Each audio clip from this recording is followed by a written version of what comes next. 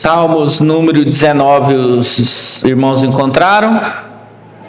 Amém. Diz assim a palavra do Senhor: os céus proclamam a glória de Deus, e o firmamento anuncia as obras das suas mãos. Um dia discursa a outro dia, e uma noite revela conhecimento a outra noite.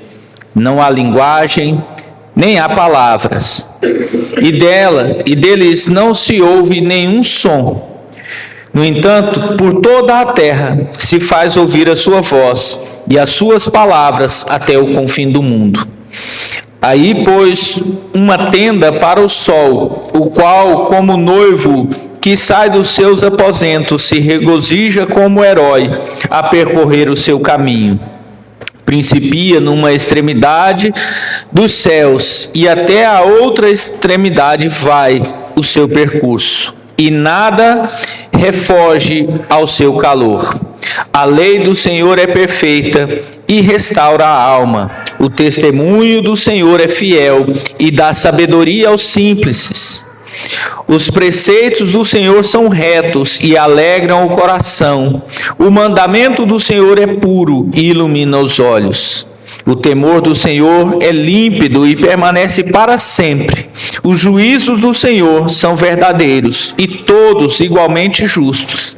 São mais desejáveis do que o ouro, mais do que muito ouro depurado, e são mais doces do que o mel e o destilar dos favos. Além disso, por eles se admoesta o teu servo, e em os guardar a grande recompensa.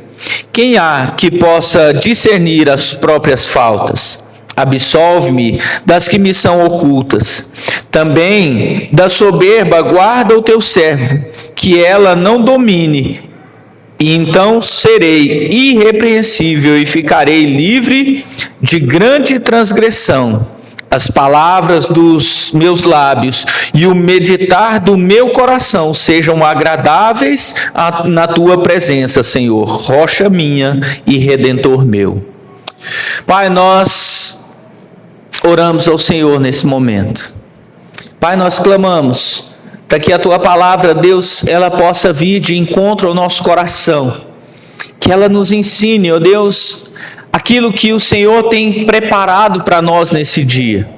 Senhor, que ela seja algo nascido no teu coração para a nossa vida nesse lugar, nessa noite. Senhor, que o nosso coração esteja atento à tua voz, que a tua palavra seja, Deus, capaz de alcançar os corações nessa noite e nos levar, ó Deus, a um entendimento da vontade do Senhor para as nossas vidas. Pai, nos ajuda por meio do teu Espírito Santo, nos dá discernimento da voz do Senhor nessa noite, em nome de Jesus. Amém? Irmãos, um dos maiores desafios, ou talvez dos maiores desejos, da humanidade ao longo da história, é explicar a origem de todas as coisas.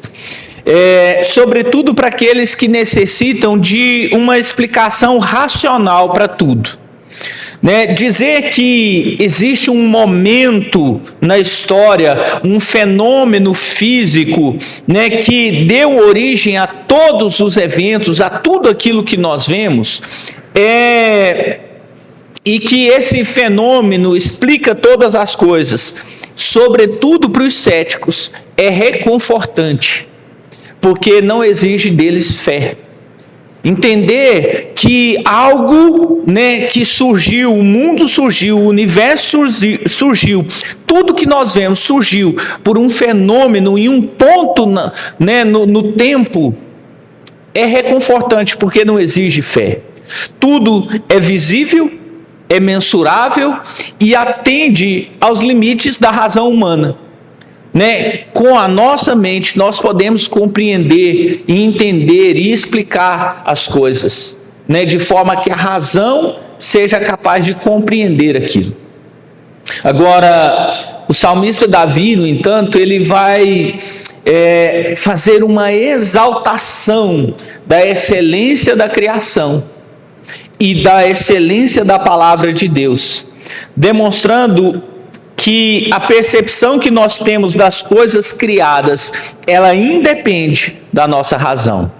Davi, ele nos mostra que mais importante do que alcançar com a razão uma explicação plausível para a origem de tudo, a fé é de fato ser capaz de crer a ponto de glorificar a Deus. É ser capaz de olhar para tudo aquilo que Deus criou e glorificar a Deus naquilo que muitas vezes nós nem compreendemos. Nesse ponto, o salmista ele tem algumas lições para nos ensinar, né, por meio desse salmo que nós lemos hoje. Amém? E o primeiro ponto que eu quero destacar aqui, que nós podemos aprender com esse salmo de Davi, é que antes de essa compreensão do mundo, apenas aqueles que estão próximos do Senhor são capazes de reconhecer a mão do Criador na grandiosidade daquilo que Ele criou. Davi, ele está contemplando a criação. Ele está contemplando tudo aquilo que Deus fez. Nós vemos ele discorrendo, né, sobre a origem, o firmamento, as obras da mão do Senhor, sobre aquilo que nós podemos entender a partir do nascer do dia, da noite, né, que uma noite comunica com a outra noite. Né, e ao contemplar tudo isso, né, Davi, que era um homem segundo o coração de Deus, né, mas ele foi capaz de exaltar a Deus por algo que ele talvez não compreendia naquele momento. Nós hoje entendemos que esse salmo de Davi, né, os estudiosos dizem que do versículo 1 ao 6 eles falam da revelação geral de Deus, que é por meio da sua natureza.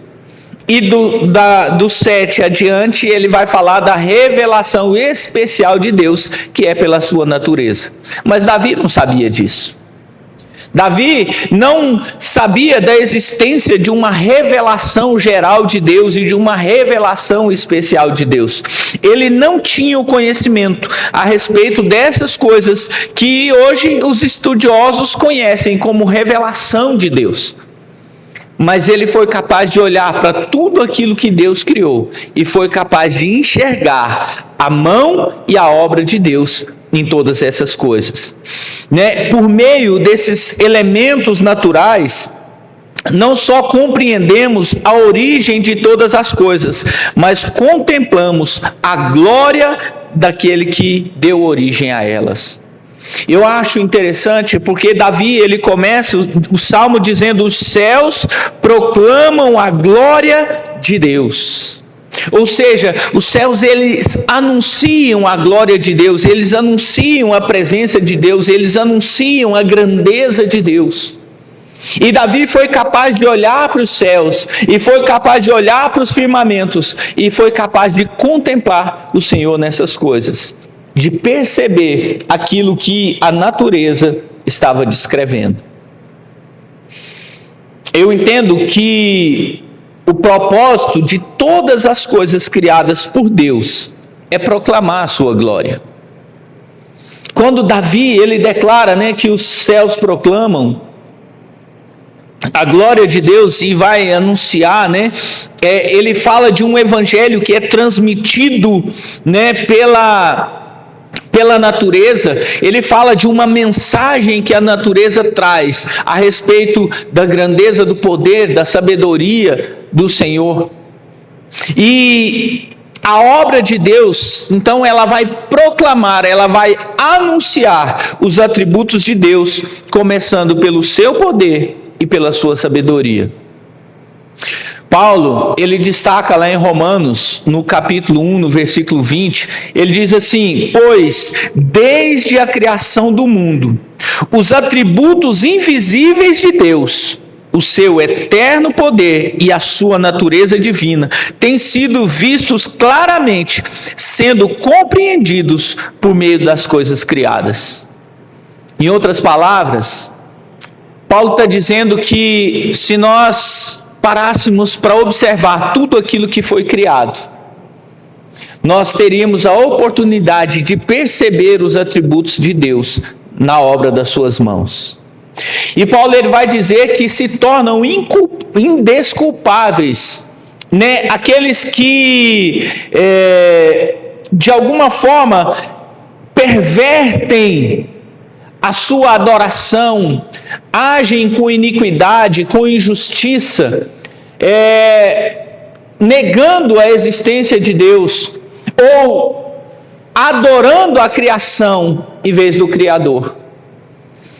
Ele vai dizer que porque é possível entender que Deus deu origem a todas as coisas, porque é possível entender por meio da criação que tudo que foi feito a partir de Deus, e que isso revela os atributos de Deus que são invisíveis para nós, mas que estão claramente estabelecidos na obra das mãos dele, que aqueles que deixam de adorar o Criador para adorar a criação ou a criatura, eles se tornam indesculpáveis diante de Deus, porque tudo que foi feito para anunciar a glória de Deus.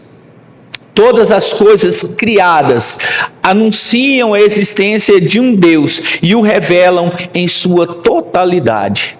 Quando nós olhamos, né, para aquilo que Davi fala, e quando nós olhamos para aquilo que Paulo fala, nós podemos entender que tudo que foi criado revelam Deus na sua totalidade, o seu poder, a sua sabedoria, a sua glória, a sua majestade, está tudo revelado naquilo que foi criado. Amém? A revelação de Deus por meio da natureza, ela é universal e ela independe de cultura, língua ou qualquer outra coisa para ser notada. Quando o salmista Davi, ele olha para os elementos naturais aqui, ele olha para as coisas naturais, ele fala que essas, né, a obra das mãos de Deus, elas vão anunciar a glória de Deus, elas vão falar da revelação de Deus.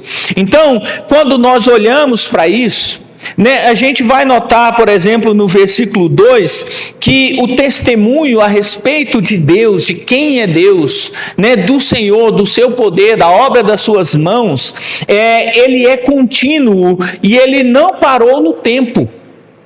Então, não é uma realidade exclusiva de Davi, não é uma realidade exclusiva das pessoas que viveram naquele tempo ser capazes de entender e de perceber a criação de Deus e a existência de Deus a partir daquilo que ele criou.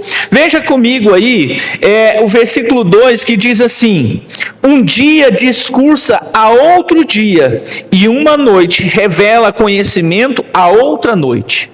Ou seja, o testemunho a respeito de Deus, ele é passado dia após dia pela natureza. Quando o sol se levanta, quando a noite chega, quando as estrelas aparecem no firmamento, tudo isso testemunha a respeito daquilo que Deus fez, quando ele disse: haja luz, haja separação entre luz e trevas. E esse testemunho, ele é contínuo, todos os dias, ele se renova, todas as manhãs, nós temos a oportunidade de contemplar a Deus por meio daquilo que ele criou. Além disso, né, esse testemunho, além de ser contínuo, ele também é um testemunho eloquente, mesmo sem palavras. Né? O sol não fala que Deus existe. A lua não fala que Deus existe com palavras audíveis, mas a existência deles, o comportamento deles, a forma como eles atuam, tudo isso declara a sabedoria, a perfeição, a grandiosidade, a riqueza do Deus que criou todas as coisas. Veja comigo aí, nos versículos 3 e 4, quando Davi diz assim: não há linguagem, nem há palavras, e deles não se ouve nenhum som. No entanto, por toda a terra se faz ouvir a sua voz e as suas palavras até os confins do mundo. Então não é uma realidade brasileira, não é uma realidade em Israel, é uma realidade no mundo inteiro, por onde quer que esteja, independentemente de língua, independente de cultura, independente de qualquer outra coisa. Por meio daquilo que Deus criou, nós podemos contemplar a existência dele. Nós podemos perceber a sua existência, porque esse testemunho ele continua falando de forma eloquente da existência desse Deus. E isso é visível em qualquer parte. Para onde você for, você vai ser capaz de contemplar a beleza e a magnitude daquilo que Deus criou. No versículos 5 e 6, Davi diz assim: o qual, e ele está falando do sol, o qual como noivo que sai dos seus aposentos se regozija como herói ao percorrer o seu caminho, principia numa extremidade dos céus e até a outra vai o seu percurso e nada foge ao seu calor. Não importa onde você esteja, não importa para onde você vá, o sol sempre vai nascer e se pôr. E ele sempre vai trazer o calor sobre todas as pessoas. Davi entende que a obediência, do sol, ao fazer exatamente aquilo que Deus estabeleceu para que ele fizesse, quando ele foi colocado no lugar dele, que isso revela a grandiosidade de Deus. Irmãos, nós podemos contemplar o Senhor onde nós estivermos. E eu estava aqui me lembrando da primeira vez que eu fui na praia. Eu fui para Porto Seguro com a minha família. E eu me lembro que nós passamos lá, acho que uns 5 dias. Irmãos, foi a visão mais incrível que eu já pude ter. Quem não teve a oportunidade de fazer isso um dia, busque essa oportunidade. E todas as manhãs eu saía do quarto de hotel, que a gente ia caminhando para a praia, que eu olhava para o mar. Irmãos, eu chorava. E numa dessas caminhadas, contemplando aquelas belezas, a criação de Deus, uma coisa, o Senhor trouxe ao meu espírito, que toda aquela beleza, que toda aquela perfeição, Deus disse para ela: haja, e ela ouve. Mas conosco ele disse: façamos, e ele mesmo nos fez com as suas próprias mãos. Irmãos, isso é olhar para aquilo que Deus fez e contemplar a grandiosidade do Deus que nós servimos. Isso, irmãos, é perceptível por qualquer pessoa, em qualquer lugar, que aplique o seu coração a isso, a entender a existência de Deus. É isso que Davi está declarando que a natureza faz, ela vai revelar o Senhor. Amém? Mas, olhando para esse salmo, eu entendo que quem contempla a criação, ele contempla a excelência da lei de Deus. Ele contempla a excelência da palavra de Deus. Por meio da ordem de Deus, o caos se tornou em beleza. Aquilo que era vazio e sem forma tornou-se belo, organizado e útil. Nós vemos no livro de Gênesis que no princípio a terra era vazia e sem forma, que o Espírito de Deus parava sobre a face do abismo e que Deus disse então: haja luz, e houve luz. Pela voz do Senhor, pela palavra dele, tudo foi feito, e tudo aquilo que foi feito, Deus olhou e disse: isso é bom. Haja luz, a luz veio, Deus viu que a luz era boa. haja separação entre a luz e a trevas, né? Estabeleça um luzeiro para governar o dia, para governar a noite. E ali Deus viu que tudo aquilo era bom. Irmãos, tudo que foi feito de forma útil, se tornou organizado e perfeito por meio da ordem e da palavra que saiu da boca de Deus. Davi olha para essa criação e ele percebe que a palavra de Deus, aquilo que Deus fala, é extremamente poderoso e que nós precisamos valorizar aquilo que ele diz. Então Davi, ele contempla a excelência da lei de Deus. A percepção dele é muito interessante, pois ao contemplar o efeito do mandamento de Deus na natureza, ele foi capaz de perceber também o seu efeito nos homens. Ao perceber o que o mandamento de Deus estabeleceu para a natureza, Davi então contempla o que o mandamento de Deus é capaz de fazer na vida do homem. Olhe comigo aí o verso 7. Versículo 7, ele diz assim: a lei do Senhor é perfeita e restaura a alma. O testemunho do Senhor é fiel e dá sabedoria aos simples.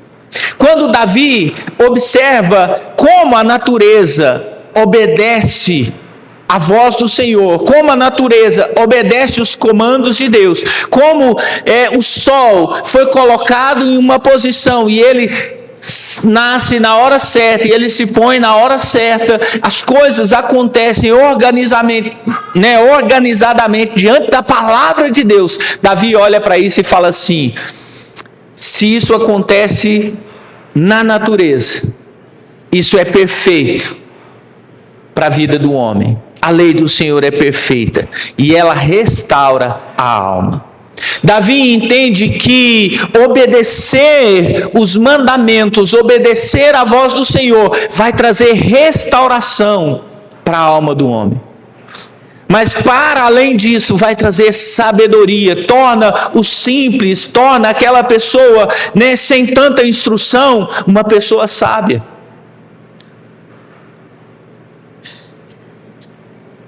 Mas ela serve também para trazer alegria e direção.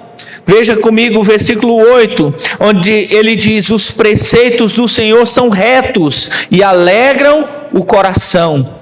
O mandamento do Senhor é puro e ilumina os olhos. Davi está observando a lei de Deus e percebendo o seguinte: que aquilo que Deus falou, os mandamentos, os preceitos dele, não são tortuosos, não são complexos, não são passíveis de dupla interpretação, como a lei dos homens muitas vezes é. Davi olha para aquilo e fala assim: os mandamentos de Deus são retos, e esses mandamentos, eles têm o poder de trazer alegria para o coração. Quando alguém cumpre aquilo que Deus estabeleceu, quando nós nos tornamos obedientes àquilo que o Senhor mandou a nós, na sua palavra, aquilo que o Senhor nos mandou por meio da sua palavra, irmãos, não há alegria que se compare. Por mais que haja dor, por mais que haja tristeza, um coração que obedece à voz do Senhor, ele vai ser um coração cheio de paz, ele vai ser um coração cheio de alegria. Davi olha para essas coisas e ele percebe que a palavra de Deus, ela traz ensino e recompensa para quem a obedece. Veja comigo o versículo 11, ele vai dizer: além disso, por eles se admoesta o teu servo, em os guardar a grande recompensa. Ou seja, por meio dos mandamentos de Deus, por meio da sua palavra, o servo do Senhor, ele é admoestado, ele é ensinado, ele é advertido. A Bíblia nos ensina que a palavra de Deus, ela é útil para repreensão, para ensino, para advertência das pessoas. Sabe, Davi olha e fala assim: olha, o teu servo, e ele se referia a si mesmo, ele é admoestado pelos seus ensinamentos, pelos seus testemunhos, pelos seus preceitos. Ou seja, ele recebia a orientação dessa palavra. E ele entendia que havia recompensa no cumprimento daquilo. Não, todas as vezes que nós obedecemos à voz do Senhor, nós somos recompensados por Ele. Porque quando nós ouvimos aquilo que Deus fala, irmãos, o plano do Senhor é reto, o juízo dele é perfeito, o caminho que ele traça e o caminho que ele estabelece para nós é sempre um caminho de bênção, é sempre o caminho de paz. Então, quando nós obedecemos à voz de Deus, irmãos, as coisas vão funcionar na nossa vida. E aí nós precisamos entender que há uma recompensa para nós em obedecer à voz do Senhor. Amém? Eu entendo que quem contempla a excelência da lei permanece em temor e confia nos juízos de Deus. Quem olha para essa palavra e entende que essa palavra é a voz do Senhor, entende que essa palavra é fiel, que essa palavra é verdadeira, que essa palavra nasceu do trono de Deus para nós, irmãos, ele vai confiar no juiz de Deus. Ele sabe que Deus é um reto juiz que julga com justiça, que aquilo que sai da boca de Deus, que toda palavra que sai da boca de Deus, ela não volta para ele vazia, ela antes alcança o fim para o qual ela foi determinada. Então aí no versículo 9, Davi ele vai destacar que esse temor do Senhor é algo que não é contaminado pelo tempo, mas permanece para sempre. Ele vai dizer, o temor do Senhor é límpido e permanece para sempre, os juízos do Senhor são verdadeiros e todos igualmente justos. Quando ele fala de um juízo, de um temor límpido, ele fala que esse temor de Deus, ele não é contaminado pela era, ele não é contaminado pelas estações, ele não é contaminado pela cultura social da qual nós fazemos parte. Quem teme a Deus, no tempo de Davi, tem a mesma atitude de alguém que teme o Senhor nos nossos dias. A reverência para Deus, o respeito ao Senhor, a admiração, a adoração era igual, independente do tempo. Então, a mudança dos tempos ou de cultura, ela não altera a moralidade daquele que teme a Deus, o qual viverá sempre pelos juízos perfeitos de Deus. Quem teme a Deus, irmãos, ele não vai ser, a moralidade dele, o certo e o errado não vai mudar porque a cultura mudou. Não vai mudar porque as estações mudaram, o comportamento social mudou. Não, o temor de Deus não muda, a moralidade não muda. Aquilo que era reto e perfeito diante de Deus no tempo de Davi é reto e perfeito para Deus hoje. E quem teme a Deus entende essas coisas. Por isso que ele fala que o juízo, que o temor é límpido, ou seja, ele não se contamina. E ele permanece para sempre. Ele não vai mudar. E aí ele ainda fala, os juízos do Senhor são verdadeiros e todos igualmente justos. Então quando eu temo a Deus, quando eu tenho essa reverência ao Senhor, e enquanto a minha reverência ela não é contaminada pela cultura, ela não é contaminada pelo modismo, ela não é contaminada pelo secularismo dos nossos dias, tudo aquilo que Deus fala, todo juízo que sai da boca de Deus é justo, é perfeito, é reto e é aceitável.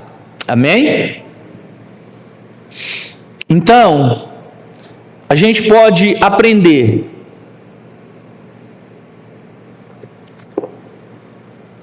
que contemplar a excelência da lei traz reflexo na nossa vida.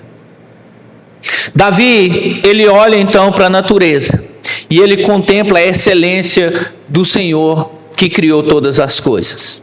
Ele olha para os mandamentos de Deus e ele contempla a grandiosidade, a riqueza e a importância dessa lei, dos seus mandamentos na sua vida. Mas isso não para numa observação. Isso não para em apenas entender que quão maravilhoso é o Deus que criou todas as coisas. Olha que palavra preciosa é essa que o Senhor deixou para nós. Não, contemplar essas coisas traz mudança de vida, traz mudança de comportamento, traz uma resposta àquilo que nós estamos entendendo. Davi, ele vai mostrar isso para nós quando ele percebe que contemplar a lei de Deus vai fazer com que o desejo pela palavra do Senhor na nossa vida esteja acima de qualquer outra coisa. No verso 10 ele fala assim: são mais desejáveis do que o ouro, mais do que muito ouro depurado, e são mais doces do que o mel e o destilar dos favos. Davi olha para a lei do Senhor, para os mandamentos de Deus, e ele entende que não há nada mais precioso. Não há bem maior na nossa vida do que nós estarmos expostos àquilo que Deus estabeleceu e à vontade de Deus para a nossa vida. Davi entende que o ouro puro e o ouro refinado não se comparam em valor àquilo que a palavra de Deus e os mandamentos e os juízos de Deus são para a nossa vida. O bem mais precioso, irmãos, que nós carregamos conosco é a palavra de vida eterna que o Senhor Jesus nos trouxe. O bem mais precioso que nós podemos compartilhar nos nossos dias, onde nós estivermos, com as pessoas a quem nós tivermos acesso, é a palavra de Deus que nós carregamos na nossa vida. A palavra de esperança, boa nova que nós carregamos. Davi ainda nem tinha essa boa nova, mas ele conseguia enxergar que tudo o que ele tinha, que o mandamento de Deus ali, que a lei do Senhor, que era apenas uma sombra dos bens vindouros, era mais preciosa do que o ouro puro e refinado. Irmãos, quanto mais precioso é para nós carregarmos essa palavra, quanto mais precioso deveria ser para nós acessarmos esse tesouro que o Senhor nos concedeu. Mas às vezes nós abrimos mão disso. Às vezes nós rejeitamos essa palavra para acessar aquilo que o mundo às vezes nos oferece. Os prazeres transitórios dessa vida, os desejos, os anseios da nossa carne, da nossa alma. Mas Davi olha e fala assim: olha, essa palavra ela é desejável. Essa palavra é desejável mais do que qualquer riqueza. Contemplar a excelência da lei vai trazer reflexos sobre a nossa vida e vai nos fazer, nos permitir confiar na graça e no livramento de Deus. Olha o que Davi fala nos versos 12 e 13. Ele diz: quem há que possa discernir as próprias faltas? Absolve-me das que me são ocultas. Também da soberba guarda o teu servo, que ela não me domine. Então serei irrepreensível e ficarei livre de grande transgressão. Davi olha para essa palavra e entende que a graça de Deus está contida nela. E ele fala: Senhor, eu não sou capaz de perceber as minhas faltas. Ele fala: quem que consegue discernir os próprios erros? Mas me absolve, Senhor. Essa oração de Davi, absolve-me das que me são ocultas, é uma confiança de que a graça de Deus, que ele nem conhecia ainda, era capaz de alcançar a sua vida. É a mesma oração que ele faz no Salmo 51. Senhor, não retira de mim o teu espírito, não retira de mim a alegria da tua salvação. Davi confiava no perdão, Davi confiava na misericórdia, Davi confiava na graça de Deus, e ele sabia que essa graça, essa misericórdia, esse favor era capaz de trazer para ele livramento. Livra-me da soberba, do orgulho, da vaidade, do pecado que me rodeia. Me tira dessas coisas, porque se o Senhor me livrar dessas coisas de maneira que elas não me dominem, então eu serei irrepreensível. Davi sabia que a palavra, a graça de Deus contida nessa palavra, podia trazer o livramento que ele precisava. Mas acima de tudo, a palavra, quando nós contemplamos a excelência da palavra de Deus, da lei de Deus, isso vai trazer para nós também a capacidade de produzir uma adoração que seja agradável a Deus. Ou pelo menos um desejo de produzir uma adoração que seja agradável ao Senhor. No verso 14 ele diz: as palavras dos meus lábios e o meditar do meu coração sejam agradáveis na tua presença. Ou seja, Davi olha para tudo isso e fala: Senhor, que o que sair da minha boca seja agradável, que aquilo que eu meditar a teu respeito seja agradável, que os meus pensamentos te sejam agradáveis. Sabe, olhar para essa palavra, contemplar essa palavra com os olhos de alguém que está perto de Deus, com os olhos de alguém que se aproximam dele em fé, produzem uma adoração que é agradável ao Senhor. Uma adoração que é sincera, que é verdadeira, que vai além da repetição de canções, da repetição de palavras. Amém? Então eu quero trazer para os irmãos algumas aplicações disso para a nossa vida. E a primeira aplicação que eu quero fazer é que estar perto do Senhor abre os nossos olhos para contemplar as maravilhas que Ele faz. E estar distante abre espaço para uma busca vazia da razão. Irmãos, quando nós nos aproximamos de Deus, quando nós nos relacionamos com Ele em intimidade, em fé, muitas vezes nós não precisamos de explicações para as coisas que acontecem na nossa vida. Nós não precisamos de explicações para as coisas que acontecem no mundo. A origem do bem, do mal, essas coisas não fazem sentido porque nós estamos perto do Senhor. E estar perto dele nos permite contemplar a maravilha de tudo que ele fez. Enxergar os benefícios dele na nossa vida. O favor dele para conosco. Agora, todas as vezes que eu me afasto de Deus, todas as vezes que eu abro mão desse relacionamento, que eu abro mão dessa intimidade com o Senhor, isso abre espaço no meu coração para buscar coisas vazias, para buscar argumentos retóricos, ideológicos. Então eu preciso estar perto de Deus como Davi estava, para contemplar tudo que ele fez. Ainda que eu não entenda, ainda que eu não compreenda, apenas crer, apenas me relacionar com o Deus que criou todas as coisas é suficiente. Esse deveria ser o nosso argumento.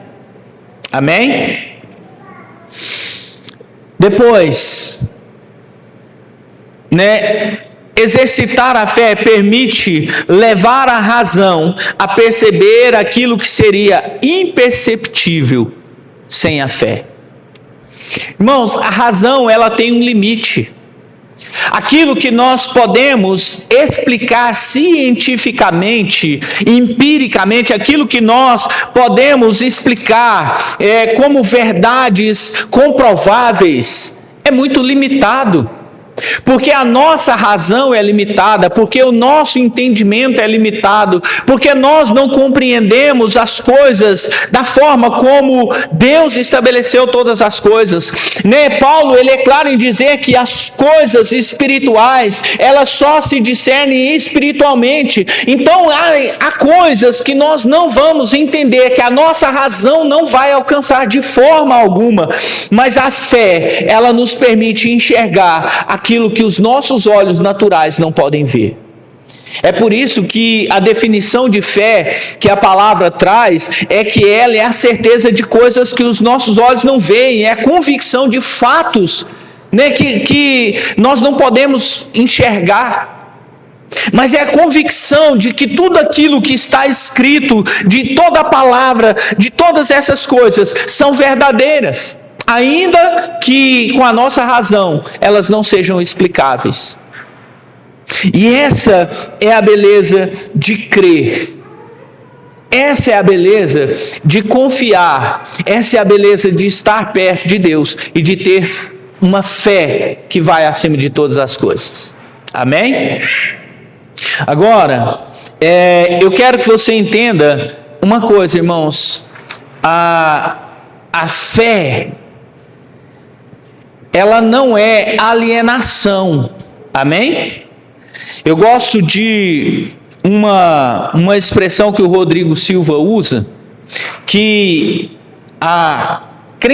crer sem razão, sem o uso da lógica, é crendice. Né? Quando Paulo fala lá em Romanos, para que nós apresentemos o nosso corpo vivo, santo e agradável a Deus como nosso culto racional, né? Ele está mostrando que a fé prática, a fé verdadeira, crer em Deus de uma forma, de forma racional. Nós precisamos aplicar a nossa razão para compreender os textos bíblicos. Nós precisamos aplicar a nossa razão para compreender aquilo que o Senhor espera de nós.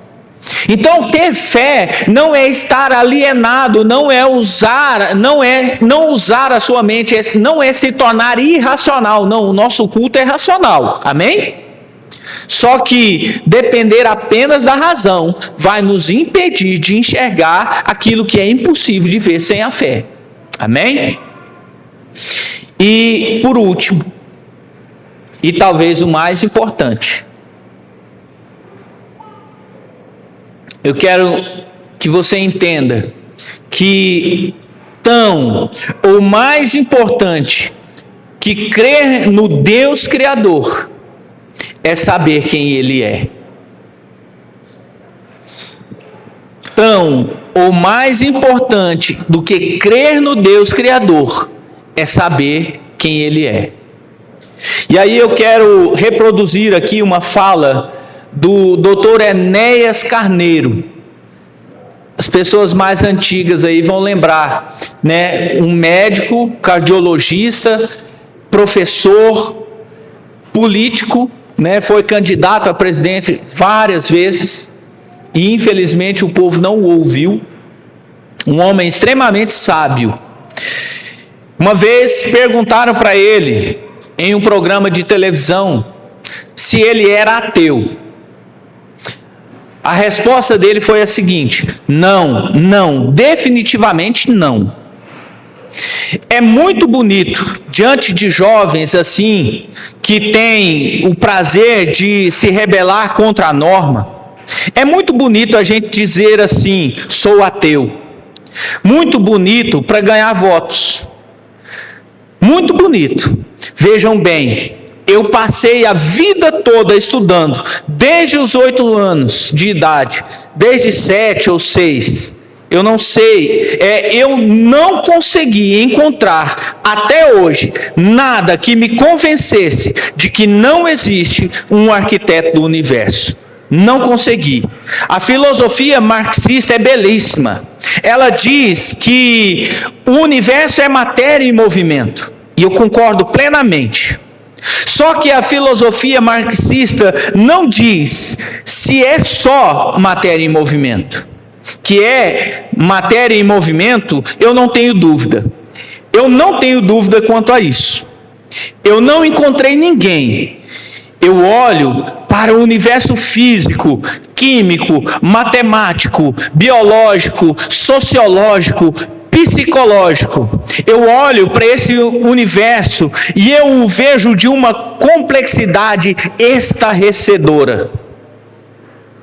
Nada é simples, nem uma gota de água, nem um átomo. É ignorância brutal do ser humano que faz ou que acha tudo simples. Tudo é extremamente complexo e eu me curvo diante de uma vontade suprema.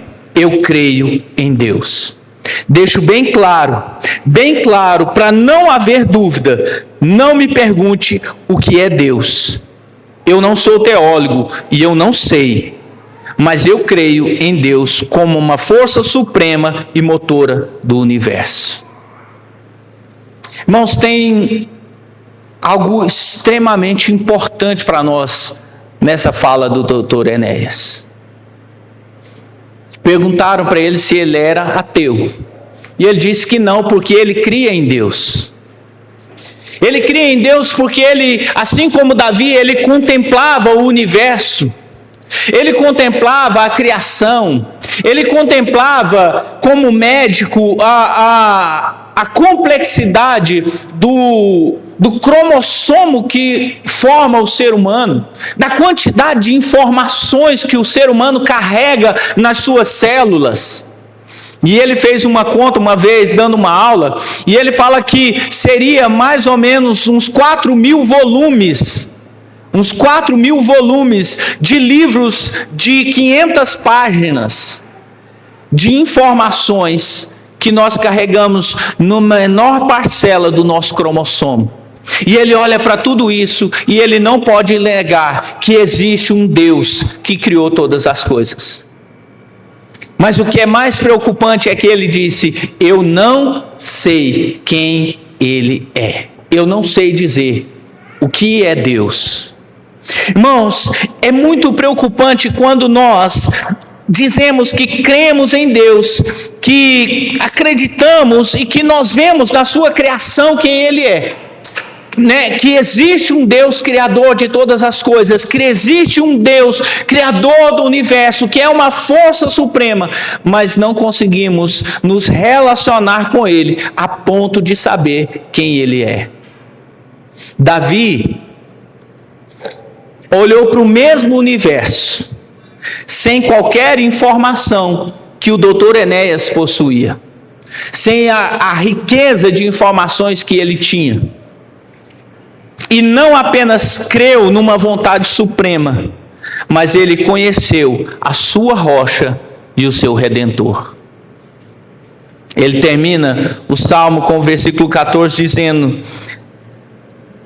sejam agradáveis na tua presença, Senhor, rocha minha e Redentor meu. Irmãos, nós precisamos conhecer a Deus e nos relacionar com Ele como a nossa rocha, como o nosso Redentor, como a nossa fortaleza, como a nossa segurança.